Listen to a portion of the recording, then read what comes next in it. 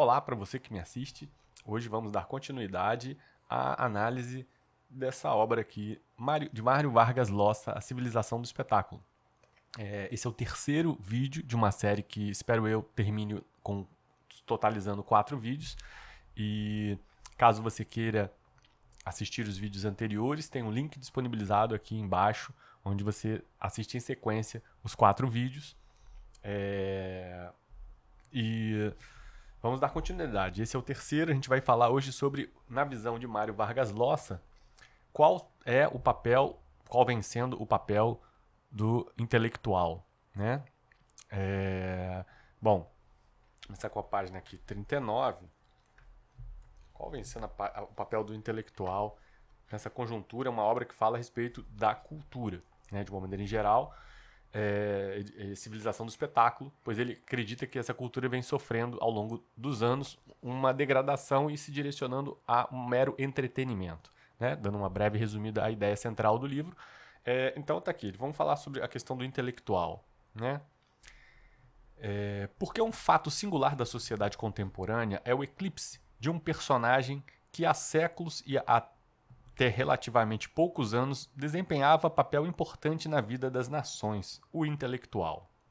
Consta que a denominação intelectual só nasceu no século XIX durante o caso Dreyfus, na França, e as polêmicas desencadeadas por Émile Zola com seu célebre Eu Acuso, escrito em defesa daquele oficial judeu falsamente acusado de traição à pátria por uma conspiração de altos comandos antissemitas do exército francês. Mas embora o termo intelectual só tenha se popularizado a partir de então, é certo que a participação de homens de pensamento e criação na vida pública nos debates políticos, religiosos e de ideias remonta aos primórdios do Ocidente. Aí ele vai falar do que seria aí o intelectual desde a era da clássica, né, dos gregos, né, de Platão, depois de Cícero em Roma, Montaigne, Maquiavel, já no período moderno, enfim, né, até chegar nos românticos, né, Lamartine, Victor Hugo. Vamos adiante. Ele está falando primeiro a definição assim da onde vem, da onde remonta a conceituação de intelectual e qual vem sendo a importância, o papel no decorrer do processo histórico em cada etapa, né? Em nossos dias, o intelectual desapareceu dos debates públicos, pelo menos dos que importam. É verdade que alguns ainda assinam manifestos, enviam cartas a jornais e se metem em polêmicas, mas nada disso tem repercussão séria na marcha da sociedade, cujos assuntos econômicos, institucionais e até mesmo culturais são decididos pelo poder político e administrativo e pelos chamados poderes de fato, entre os quais os intelectuais são ilustres ausentes.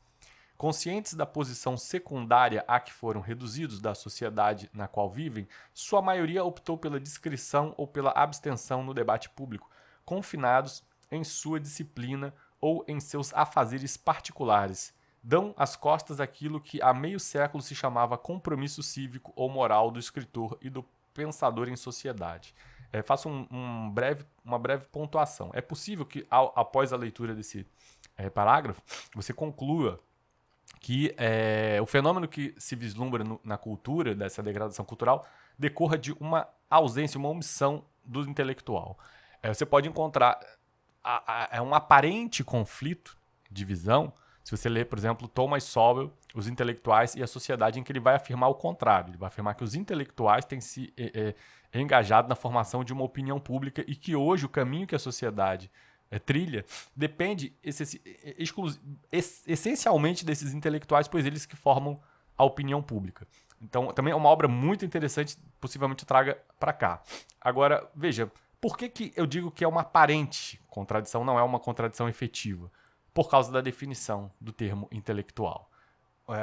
Nitidamente, o Mário Vargas Llosa faz uma alusão ao intelectual de fato, né? E o Thomas Sowell faz ao intelectual que hoje é entendido pelas instituições e categorizado, intitulado como intelectual, certificado como intelectual.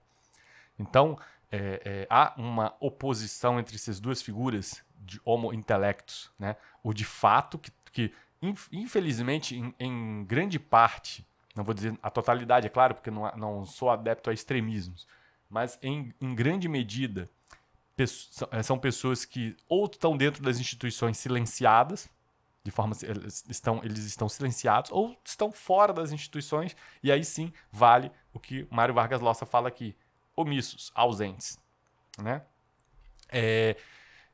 Ou o que seria o papel do intelectual certificado que com ampla liberdade para falar, contanto que esteja dentro de uma certa cartilha, vamos botar assim, dentro das instituições, né? E esse sim seria o intelectual previsto na obra Intelectuais e a Sociedade de Thomas Sowell. E um intelectual, sim, formador da opinião da sociedade. Então, por isso há essa aparente dicotomia, cisão na visão de Mário Vargas Llosa em relação a Thomas Sowell. Mesmo assim, vale muito a pena ler as duas obras para comparar, contrapor, né, as visões. Vamos dar seguimento. E aqui, então, ele fala dessa questão da falta de compromisso, né, que o cívico, que o intelectual, de fato, não tem assumido. Sobretudo, veja, e aí eu pontuo, né, pois há muita pressão para que tanto intelectuais quanto até mesmo agentes técnicos, científicos, silenciem dentro das instituições. Por isso, então, a importância de as instituições abarcarem essa casta intelectual da sociedade, justamente para ter o controle sobre os intelectuais, né? Para que haja um conjunto de ideários aos quais os intelectuais não possam abdicar, recusar ou, sobretudo, se defrontar, né, contra eles. O que levou ao apoucamento e à volatização do intelectual em nosso tempo. Claro, mais uma vez reforço, Mário Vargas Llosa faz referência ao intelectual de fato, né, que pode estar dentro das instituições, mas recebe pressões para isso, e aí a minha justificativa, que eu dou o motivo pelo qual os intelectuais silenciam dentro das instituições, ou estão fora das instituições e realmente poucos abraçaram aí o que se chama o compromisso cívico. Até porque também não tinham muitas vozes, agora que está começando a ampliar a possibilidade de dar vozes, não aos imbecis, como dizia o Humberto Eco, mas aos intelectuais de fato. O que levou ao poucamento e à volatização do intelectual em nosso tempo? Uma razão que deve ser considerada é o descrédito em que várias gerações de intelectuais incidiram em virtude de suas simpatias pelo totalitarismo nazista, soviético, maoísta, bem como de seu silêncio e cegueira diante de horrores como o Holocausto, o Gulag soviético e os massacres da Revolução Cultural Chinesa. Efetivamente, não há como negar que mesmo intelectuais de fato incorreram nesses equívocos. E de fato isso que Mário Vargas Llosa aponta, de alguma forma desacreditou sim a classe de intelectuais nos últimos, pelo menos aí os últimos 50 anos. Né? De fato isso aconteceu. A sociedade, aliás, não só intelectuais, artistas também, né? O que é lamentável, houve diria, um certo otimismo cego numa direção equivocada, né? Depois tentou recuperar isso, voltar a isso, extremizar no outro sentido e criou-se um mal-estar entre a sociedade e os intelectuais. E nesse sentido, sim, acredito que o Mário Vargas Llosa tenha feito um apontamento adequado. E aqui ele continua, mas na verdade, a real razão para a perda total do interesse do conjunto da sociedade pelos intelectuais é consequência direta do ínfimo valor que o pensamento tem na civilização do espetáculo. Sim, também um apontamento muito, muito adequado. Né? Porque outra característica dela é o empobrecimento das ideias como força motriz da vida cultural. Assim, em palavras pobres e curtas, né? Preguiça de pensar. Estamos tendo uma preguiça de pensar como uma doença que se alastra por toda a sociedade até atingir os próprios intelectuais, que vão ter preguiça de se comunicar. Né? Aí você vai ter uma sociedade com preguiça de pensar e uns intelectuais cansados de tentar se comunicar. Né? Com preguiça de tentar se esforçar em prol de o que quer que seja. Efetivamente, claro que a situação narrada dessa forma parece extremamente dramática, mas eu tendo a achar que não chega a tanto. Tá? Não vou dizer que eu sou um otimista, não tendo a ser otimista, mas também não sou um alarmista. Acho que existe um ponto aí entre um problema, né, que de fato existe, há uma cultura de entretenimento, de superficialização e um excesso de, de desapego mesmo à vida intelectual por parte do homem comum, mas acho que sempre foi assim também, de alguma medida. É claro que a substituição da ideia de cultura por cultura de massa talvez seja um fenômeno preocupante, em alguma medida, mas aos poucos, a humanidade vai aos poucos, é assim mesmo, né? Devagarzinho as coisas vão caminhando. Feito falado sobre o papel do intelectual, ele vai colocar aqui a relação entre ciência, técnica, arte e o passado. O que é experimentação válida? Vamos ver aqui na página 66, 67.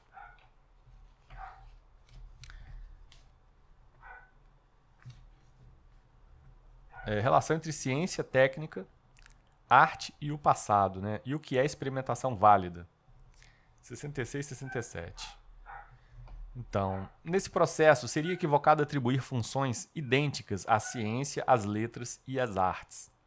Foi precisamente o esquecimento de distingui-las que contribuiu para a confusão que atualmente prevalece no campo da cultura. As ciências progridem com as técnicas, aniquilando o velho, antiquado, o obsoleto.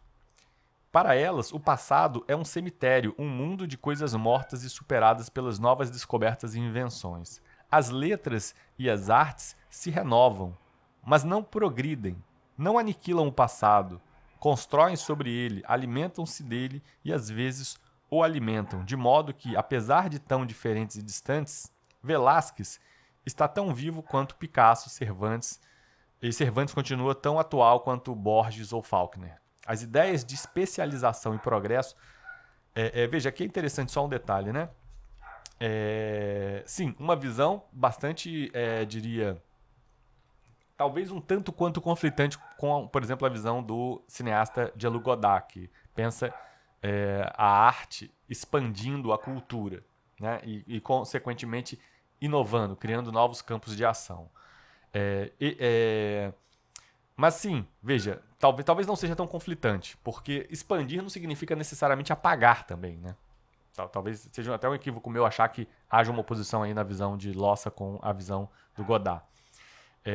Mas, sim, o Lossa coloca bem aqui que a ciência ela tende a progredir apagando o passado. No sentido de... Apagando o passado no sentido de... Botar bem claro que quando eu digo apagar o passado, que o Mário Vargas Llosa está fazendo alusão. Apagando o passado no sentido de que a tecnologia do passado ela tende a ser considerada obsoleta, não é mais usada, não é mais aplicada. Não que o conhecimento em si vá ser esquecido, porque se for, não vai conseguir produzir conhecimento adiante. Tá? Então é nesse sentido de uma tecnologia que tenha sido superada por outra, não faz sentido continuar sendo usada, enfim. Ou a ciência tende, sim, nesse sentido, a esquecer a apagar o seu passado e substituir por algo pelo que há de mais novo. A ciência está sempre trabalhando com o que há de mais novo. O mercado também tende a estar sempre trabalhando com o que há de mais novo. Mas no mundo das letras e das artes, isso não acontece. O que se procura, o que se objetiva é trabalhar com o que transcende épocas, né? E a confusão dessas duas lógicas, sobretudo o homem comum que está acostumado a pensar sempre o que é mais novo, o que é mais novo na ciência, o que é mais novo na notícia, o que é mais novo no mercado. Aí quando ele se aproxima e vai encostar na cultura, na arte, na letra, ele pensa que também vale o que é mais novo, só vale o que é mais novo. E aí esse é um equívoco grave, né? A lógica mudou. É preciso mudar essa lógica, ter alguma chavezinha na cabeça das pessoas que faça, cara, isso aqui é diferente, isso aqui é cultura. Né? Não tem que ficar buscando só o que é mais novo, o que é mais novo, o que é mais novo. Existem artes que perpassam épocas. E essas, sobretudo, são as verdadeiras, mais importantes de serem conhecidas.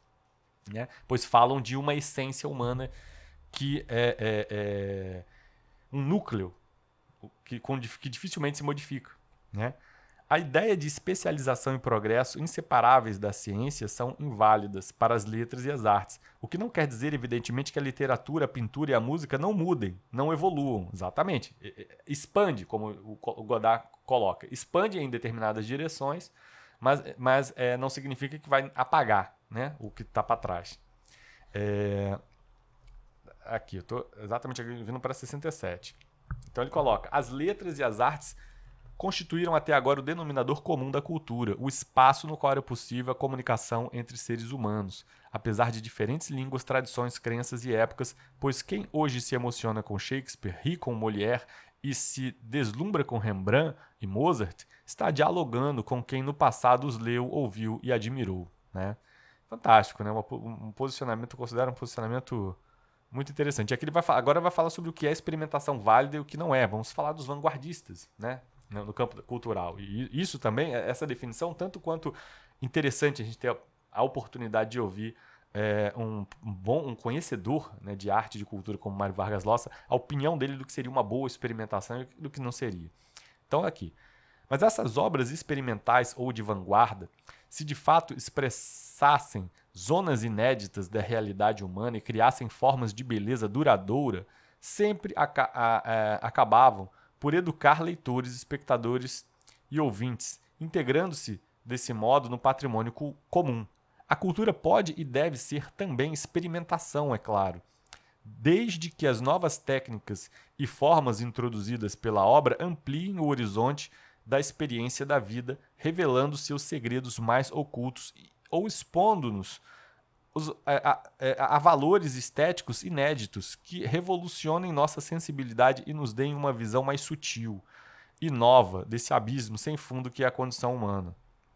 A cultura pode ser experimentação e reflexão, pensamento e sonho, paixão e poesia, e uma revisão crítica constante, profunda, de todas as certezas, convicções, teorias e crenças, mas não pode afastar-se da vida real, da vida verdadeira, da vida vivida, que nunca é a dos lugares comuns, do artifício, do sofisma e da brincadeira sem risco de se desintegrar. Então, o que ele coloca são duas questões, né? A experimentação, o problema da experimentação que visa tão somente se contrapor aos valores já constituídos, né? Aquela ideia de desconstrução cultural. Vamos inovar nessa direção, em fagocitar o que já existe, né? É o que a gente chama de inovismo, né? Inovismo. Tem que inovar, vamos inovar. Não tem mais ideia, então vamos destruir o que existe, já que não tem mais ideia, né?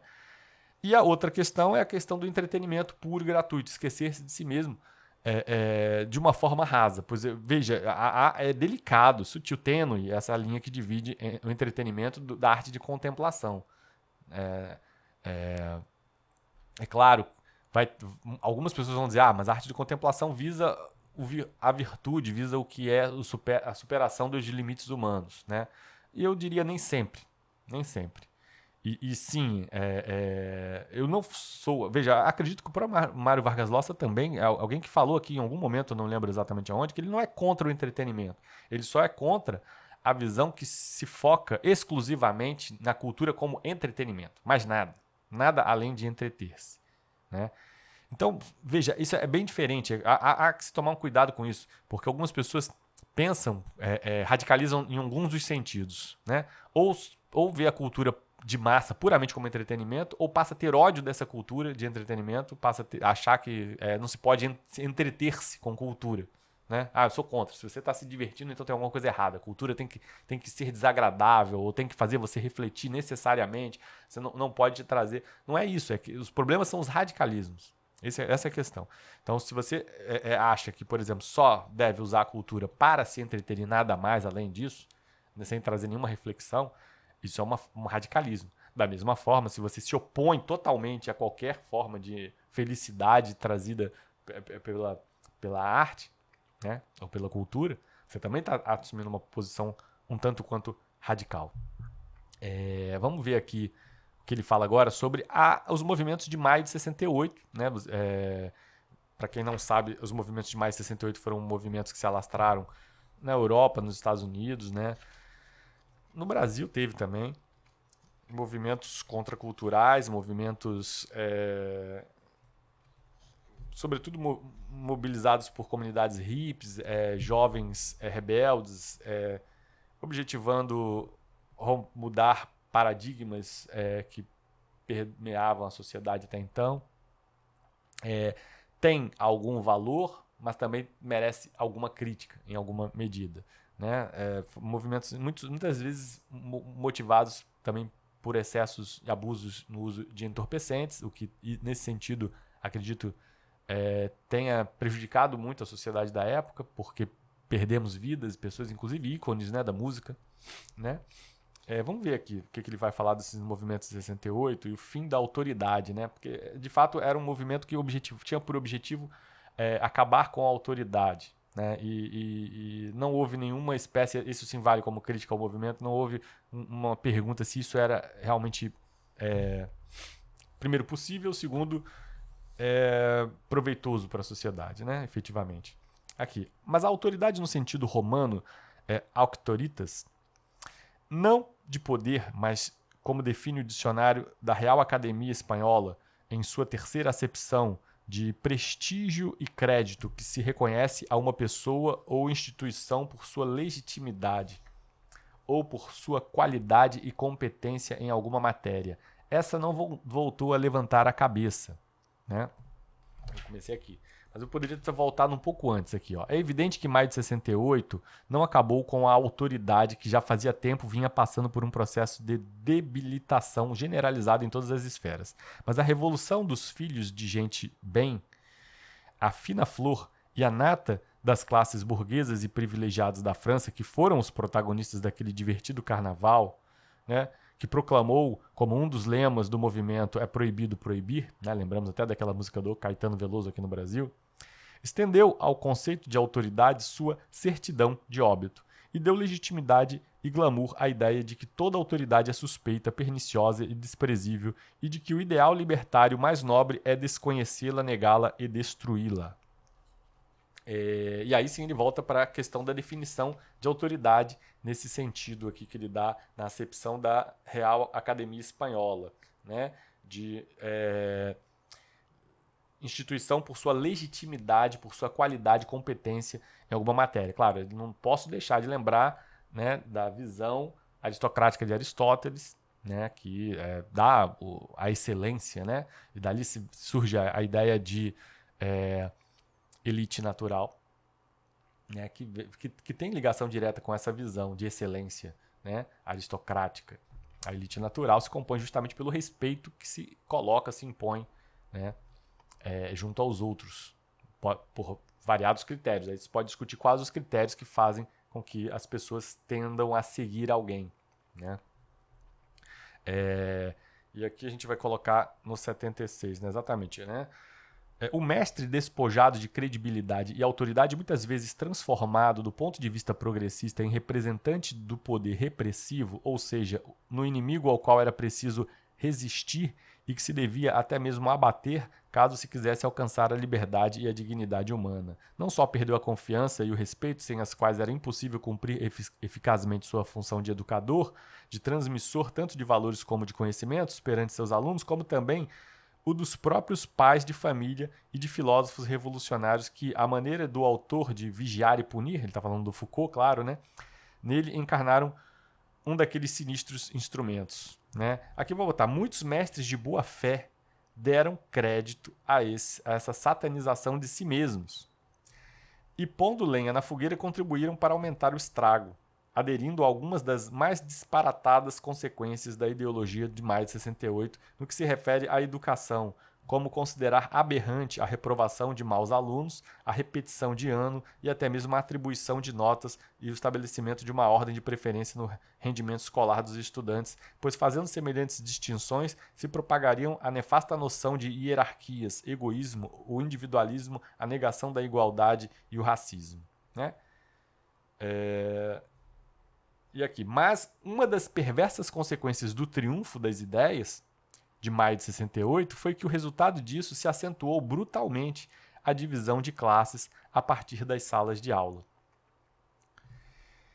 Então, veja, a consequência, a gente volta a falar aqui sobre a questão do que o professor Olavo de Carvalho chamava de solução agravante, né? Em nome de uma determinada ideia, se toma uma determinada ação política, ação social, alguma mobilização. Só que essa mobilização não resulta naquela pretensão alegada. Resulta no oposto dela, inequivocamente. Em repetidas vezes isso ocorre. Por isso ele chamou solução agravante. Você tem uma solução, você identifica um problema nisso, sem dúvida a teoria crítica é muito boa. Ela identifica um problema.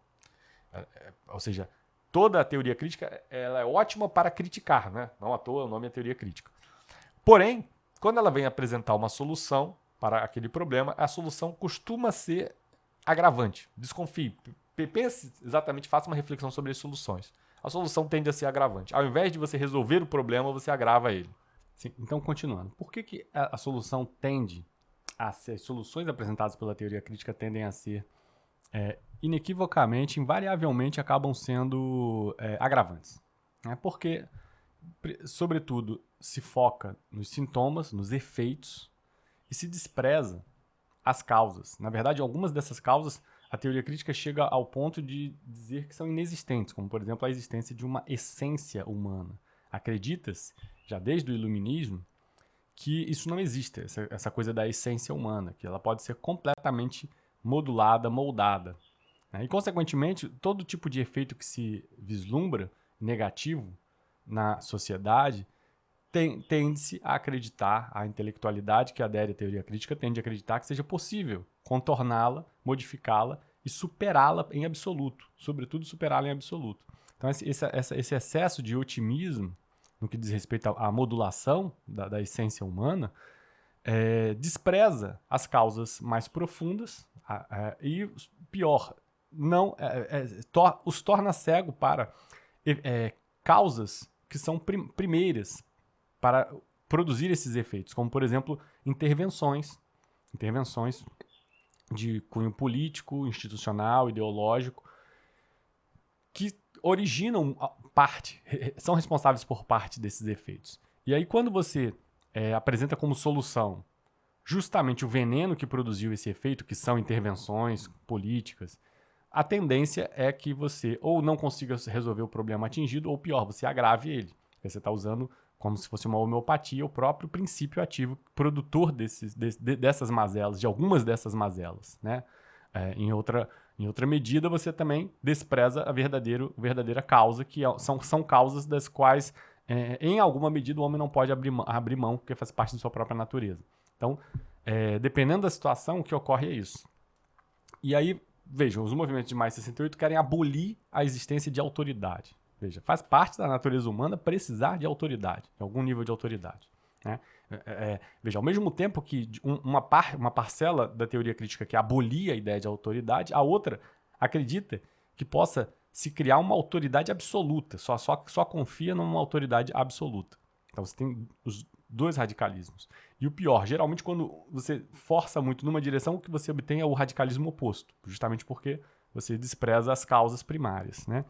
E aí, veja, exatamente aqui, como resultado disso, das manifestações de Maio 68, o que aconteceu? Veja, a intenção era diminuir, reduzir a divisão de classes. Né? Na verdade, a intenção era abolir a divisão de classes, vamos botar assim. Né? Essa era a intenção, como se isso fosse possível. Como resultado disso, o que você obteve foi exatamente o oposto. Você obteve a acentuação da divisão de classes. Claro, você está numa sala de aula, o professor perde a autoridade, o aluno já está aprovado automaticamente. Né? Um exemplo, no campo educacional, a tendência é que quem tenha um meio econômico melhor se garanta. E quem não tem, perca a possibilidade de, por meio das instituições, por meio da sala de aula, da educação pública, possa ascender socialmente. Você acaba com a mobilidade social. Né? E o intuito era justamente eliminar a necessidade de fazer mobilidade social, acabando com a divisão de classes. Só que o resultado acaba sendo o oposto. Um exemplo aqui. Né? Isso vai repercutir em vários aspectos. Cultural também. Você tem por pretensão dar acesso a uma boa cultura, ao melhor da arte para toda a sociedade, e o que você obtém como resultado é que você destrói o que é uma boa cultura. Né? É esse que é o resultado. E todo mundo tem acesso a uma coisa vazia, chamada cultura de massa. Então, isso vale para vários outros aspectos. Tá? Uma questão, por exemplo, racial. Você vai lá e cria uma cota racial. O resultado disso é você produzir racismo. Apesar de você estar pretensamente querendo resolver um problema histórico, né? E aí vai. 77 aqui, maio de 68, fim da autoridade. Li essa parte aqui. Então, aqui ele botou: a civilização pós-moderna desarmou moralmente e politicamente a cultura de nosso tempo. A escola pública era um poderoso instrumento de mobilidade social. Exatamente o que eu falei. A escola pública era um instrumento de mobilidade social. Aí, em nome da quebra, da divisão de classes, você vai e produz ideias anti-autoritárias, quebrando a autoridade do professor, e o que você obtém é o fim dessa mobilidade social e a divisão de classes mais do que consolidada, né? Enfim, então tá aqui. O empobrecimento e a desordem pela qual passou o ensino público, tanto na França quanto no restante do mundo, conferiram ao ensino privado papel preponderante na formação dos dirigentes políticos, profissionais, culturais de hoje e do futuro. Nunca foi tão certo o dito: nunca se sabe para quem se está trabalhando. Acreditando trabalhar para construir um mundo realmente livre, sem repressão, alienação e autoritarismo, os filósofos, libertários como Michel Foucault e seus inconscientes discípulos, atuaram com muito acerto para que, graças à grande revolução educacional que propiciaram, os pobres continuassem pobres, os ricos continuassem ricos e os inveterados donos do poder com o chicote nas mãos. Algo como eu falei, é o que a gente fala da solução agravante, né? Vamos ver agora o que o Mário Vargas Llosa fala sobre cultura e sua relação com o poder, né? São páginas distintas. Vamos começar aqui na página 44, né? A sua cultura e relação com o poder, né? O político de nossos dias, se quiser conservar a popularidade, será obrigado a dar atenção primordial ao gesto e à forma, que importam mais que valores, convicções e princípios. Cuidar das rugas, calvície, cabelos brancos, tamanho do nariz, o brilho dos dentes, assim como do modo de vestir, vale tanto, às vezes mais, quanto explicar o que o político se propõe a fazer ou desfazer na hora de governar. Além disso, eu acrescentaria aqui: há uma tendência a se criar heróis e vilões e se criar uma espécie de confiança cega ligada a uma única personalidade, em detrimento do que realmente seria o importante, que são o plano das ideias. O plano das ideias é que deveria estar em foco. Pouco interessa qual político que vai colocar essas ideias adiante. O que interessa são as ideias. Uma vez que a opinião pública já está mais do que consolidado, mais uma vez eu cito aqui o Thomas Sowell, Intelectuais e Sociedade, está mais do que consolidado que político nenhum consegue perdurar no poder se for contra a opinião pública. Logo, a política depende da opinião pública, não de qual político que vai promover essa política. Então são as ideias que contaminam a opinião pública que definem a direção que o político vai ser forçado a tomar. Não tem jeito. Então logo, o plano das ideias e não qual personalidade vai ser eleita é que deveria entrar em amplo debate, ampla discussão, né, para permear o imaginário coletivo. No entanto, o que a gente faz é inverte isso e fica debatendo qual político que vai assumir um cargo e pouco se importando em quais são as ideias que deveriam estar enfronhadas dentro do ideário coletivo, né? As ideias ficam secundarizadas e aí a consequência disso é que o político que assume, querendo ou não, vai ter que se submeter a determinadas ideias que são hegemônicas e que muitas das vezes não são as melhores ideias. E aí, continuando sobre a relação de cultura e poder. 117 e 118. 117 e 118. Cultura não depende de política. Em todo caso, não deveria depender, embora isso seja inevitável nas ditaduras, principalmente as ideológicas ou religiosas. Aqueles em que o regime se sente autorizado a ditar normas e estabelecer cânones dentro dos quais a vida cultural deve desenvolver-se, sob a vigilância do Estado empenhado em não permitir que ela se afaste da ortodoxia que serve de sustentáculo aos governantes. O resultado desse controle, como sabemos, é a progressiva transformação da cultura em propaganda, ou seja, em sua degeneração por falta de originalidade, espontaneidade, espírito crítico e vontade de renovação e experimentação formal. Numa sociedade aberta, veja aqui, claro, né, quando ele fala sociedade aberta, é óbvio que ele está inspirado aqui na filosofia do Karl Popper, né? Numa sociedade aberta, embora a cultura se mantenha independente da vida oficial, é inevitável e necessário que haja relação e intercâmbios entre cultura e política. Não só porque o Estado, sem reduzir a liberdade de criação e crítica, deve apoiar e propiciar atividades culturais, na preservação e promoção do patrimônio cultural acima de tudo, como também porque a cultura deve exercer influência sobre a vida política, submetendo-a a uma contínua avaliação crítica, inculcando-lhe valores e formas que a impeçam de degradar-se. Exatamente aquilo que eu falei. Se você produz uma cultura com os valores mais harmônicos para a sociedade, as melhores ideias perpassam, a política vai se adequar a isso. No entanto, há uma visão contrária da sociedade, que primeiro a gente pensa na política e aí torce para que essa política produza cultura, mas é o contrário, é a cultura que produz a política.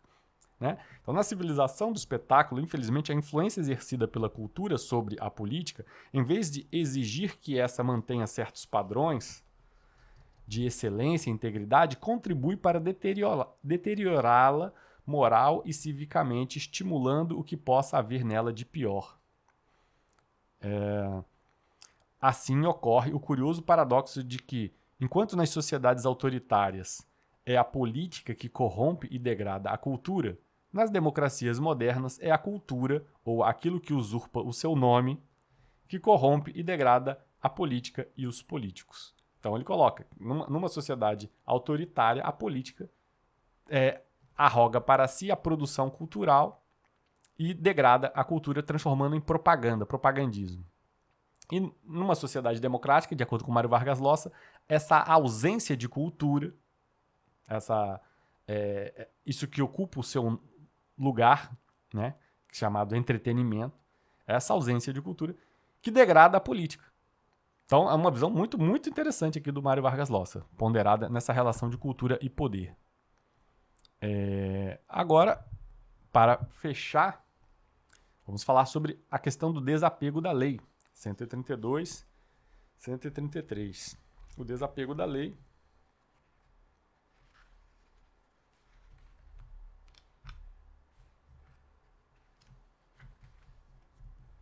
Então, o desapego da lei nasceu no seio do Estado de Direito e consiste numa atitude cívica de desprezo ou desdém pela ordem legal existente e na indiferença e anomia moral que autoriza o cidadão a transgredir e burlar a lei quantas vezes puder para benefício próprio, principalmente lucrando, mas muitas vezes também para simplesmente manifestar desprezo, incredulidade ou zombaria em relação à ordem existente. Está analisando um juízo de fato, né? Ele está analisando um fato, né? Não está nem tecendo juízo. Uma explicação que se dá para o desapego à lei é que, a miúde, as leis são mal feitas. Né? Aqui já resume tudo. A miúde, as leis são mal feitas. Não são ditadas para favorecer o bem comum, mas sim a interesses particulares, ou são concebidas com tanta obtusidade que os cidadãos se veem estimulados a esquivar-se delas. É óbvio que, se um governo sobrecarregar os contribuintes abusivamente de impostos, estes se verão tentados a fugir de suas obrigações tributárias. As más leis não contrariam apenas os interesses dos cidadãos comuns, mas também desprestigiam o sistema legal e fomentam esse desapego à lei, que, como um veneno, corrói o Estado de Direito. Mas numa sociedade democrática, diferentemente das ditaduras, há maneiras de denunciar, combater e corrigir esses extravios através dos mecanismos de participação do sistema. Liberdade de imprensa, direito de crítica, jornalismo independente, partidos de oposição, eleições, mobilização de opinião pública, tribunais. Aqui coloca o Mário Vargas Llosa, né, mecanismos de participação popular para se contrapor, tentar refrear, né, os fenômenos do desapego à lei, né, tentar melhorar as leis. Só que, veja, boa parte, pelo menos aqui no Brasil, não sei, não posso falar por outros países, mas aqui no Brasil, boa parte desses mecanismos estão obliterados. Né? Aqui ele fala sobre liberdade de imprensa. Veja, o problema não é a falta de liberdade de imprensa, o problema é que a imprensa já foi cooptada, né? Assim como boa parte das instituições, por visões que primam, sobretudo, pelo interesse próprio. Né?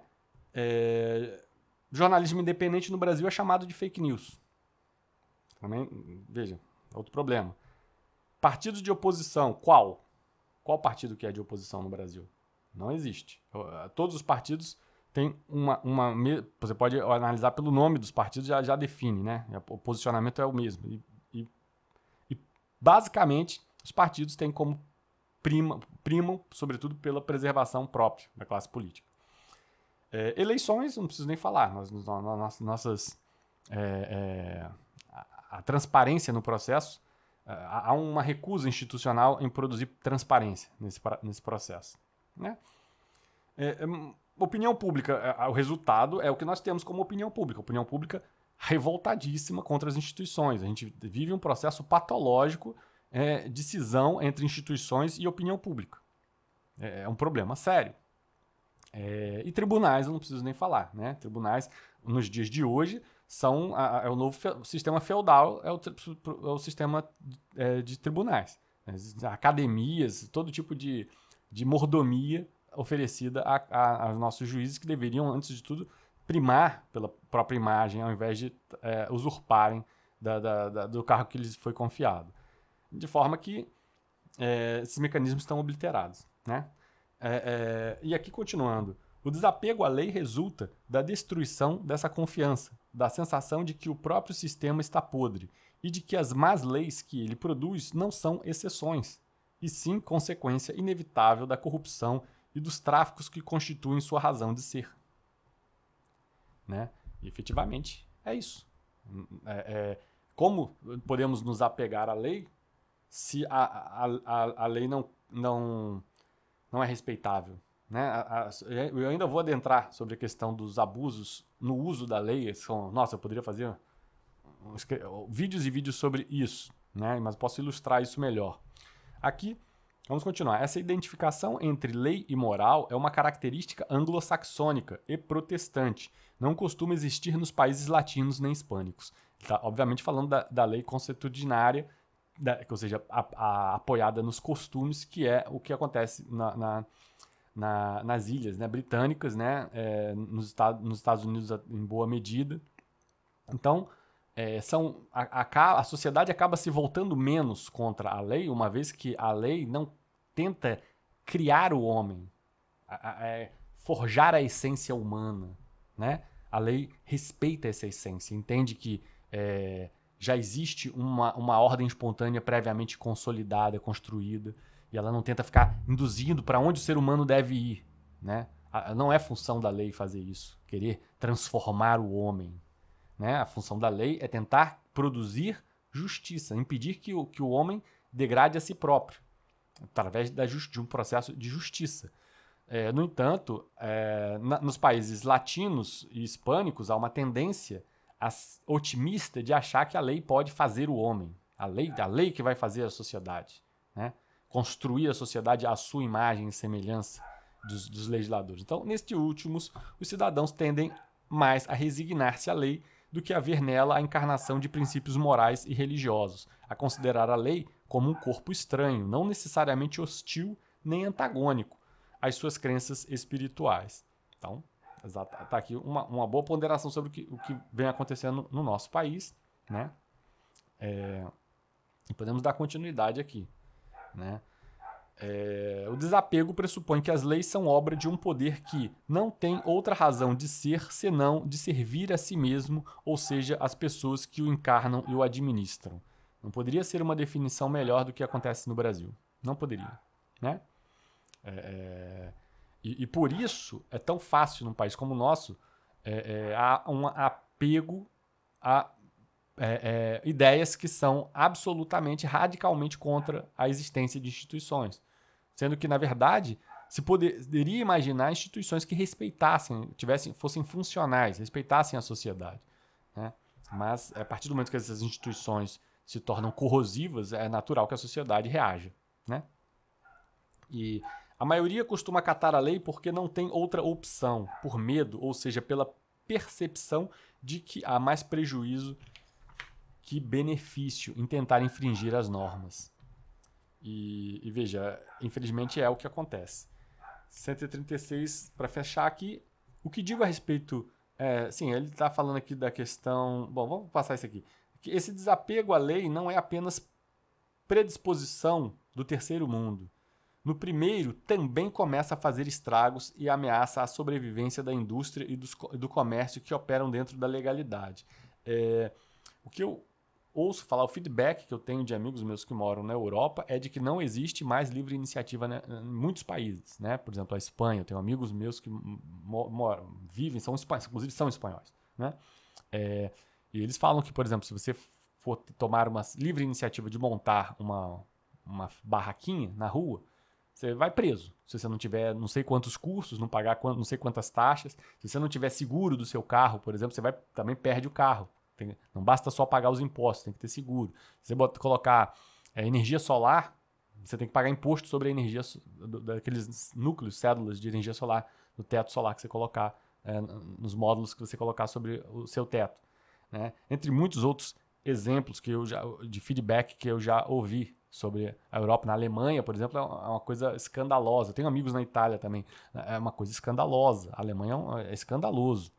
Tem hora para recolher o lixo. Se você perder, você vai levar uma multa. Né? Então, veja, tudo isso são ingerências absurdas, estapafúrdias, exorbitâncias de lei sobre a sociedade. Não está deixando a sociedade em paz em nada. De que adianta você ter bem-estar se você vive sob um inferno, uma vasculha constante, uma ingerência constante na sua vida? Né? Não adianta nada ficar adulto, inclusive, né? Porque a ideia de ser adulto é você assumir responsabilidade sobre si próprio. Né? Você fica uma criança infantilizada o resto da vida, tendo uma babá chamada Estado, que te multa, te pune, se você não tomar atitudes mínimas. Né? Então, sim, numa situação dessa, veja, na Europa, com certeza as pessoas obedecem à lei por medo. Por medo de serem presas. Né? Enfim, isso é lamentável. É um estado de terror. O desapego à lei, no Brasil, como não ocorre, não há possibilidade de prender o cidadão por qualquer coisa, o que acontece é a desobediência. As instituições também não estão funcionais aqui. Né? E, veja, eu não estou dizendo que terra arrasada. Não estou colocando isso. Vivemos. Não é, existem coisas boas também para serem ponderadas. Mas o radicalismo induz a um caminho. E esse caminho não é o melhor. O ideal é que a gente tente atenuar esses excessos. Né? Então, o desapego à lei nos leva à maneira inevitável a uma dimensão mais espiritual da vida em sociedade. O grande desprestígio da política relaciona-se, sem dúvida, com a ruptura da ordem espiritual que, no passado, pelo menos no mundo ocidental, funcionava como freio aos exageros e excessos cometidos pelos donos do poder. Ao desaparecer essa tutela espiritual da vida pública, prosperaram todos os demônios que degradam a política e induziram os cidadãos a não ver nela nada que seja nobre e altruísta, e sim uma atividade dominada pela desonestidade, pela pulsão de controle, né, e poder. Né? A cultura deveria preencher esse vazio que outrora era ocupado pela religião. Mas é impossível que isso ocorra se a cultura, atraiçoando essa responsabilidade, se orienta resolutamente para facilidade e esquiva-se aos problemas mais urgentes e transforma-se em mero entretenimento. Então veja que pontuação interessante aqui para fechar o vídeo de hoje. Né? O Mário Vargas Llosa não é alguém aí que faça a adesão ampla à religião contaminando o Estado, ele é a favor da separação de religião do Estado, mas ele reconhece o papel que no passado a religião teve de refrear, saber refrear esse totalitarismo, esse poder. Lembrando que normalmente opositores à igreja, eu não sou um defensor da igreja, tá? Só estou pontuando historicamente o papel que ela teve. A monarquia absolutista, que é tão, digamos, usada como crítica aos sistemas monárquicos, ela é produto não da igreja, ela é produto, já é produto da burguesia ascendente, inclusive da sublimação da igreja, da influência da igreja sobre o sistema daquela época. E no que diz respeito às perseguições inquisitórias, enfim, de fato foram episódios lamentáveis, não se nega isso, mas sem dúvida foram bem menores do que da maneira como são narrados e além disso não se comparam com o tipo de totalitarismo que existe hoje. Não, talvez não no sentido de intensidade, verdade, porque nos dias de hoje não se joga ninguém à fogueira. Em termos de intensidade, ninguém questiona isso. A intensidade do que foi produzido em termos de ingerência, totalitarismo durante a Idade Média foi maior em termos de intensidade, mas em termos de amplitude, né? Nos dias de hoje, a amplitude, a ingerência, ela pode ser mais humana no sentido de não queimar ninguém vivo, mas ela é infinitamente mais intervencionista e cria uma ingerência maior na vida das pessoas. Então, veja, ele sugere que essa ideia de religião, ele não se nega à substituição da religião, veja. Então, ele, assim como eu, não tem uma posição radical, precisa a religião estar enfronhada dentro das instituições do Estado. Não, ele só acredita que deveria ser substituído pela ideia de cultura. Era a cultura que... a religião passou a bola para a cultura, a partir da era moderna. Era a cultura que deveria fazer esse papel. Só que se a gente transforma a cultura em cultura de massa e entretenimento, aí sim você cria um grande vazio. Um grande vazio, não tem ninguém refreando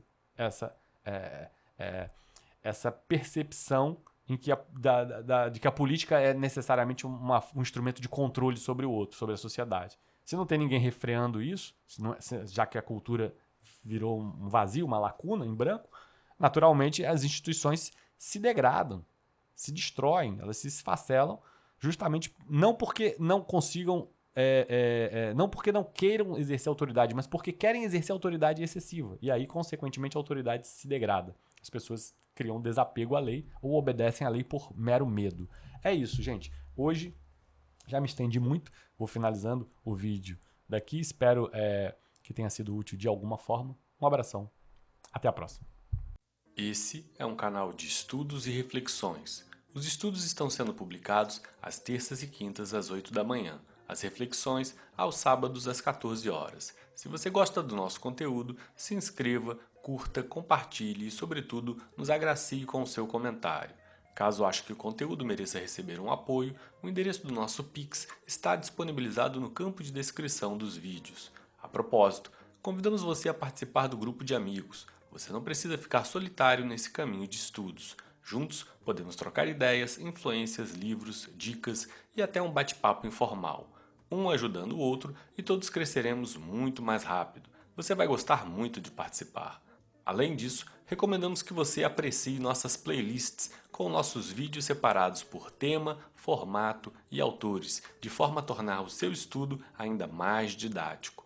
Por fim, indicamos nosso blog, amplomagazine.blogspot.com. Nele, você acompanha os ensaios que escrevemos sobre os mais variados temas e que fundamentam muitos dos nossos vídeos aqui do canal. Esperamos que goste do conteúdo. Obrigado por chegar até o final do vídeo. Até a próxima!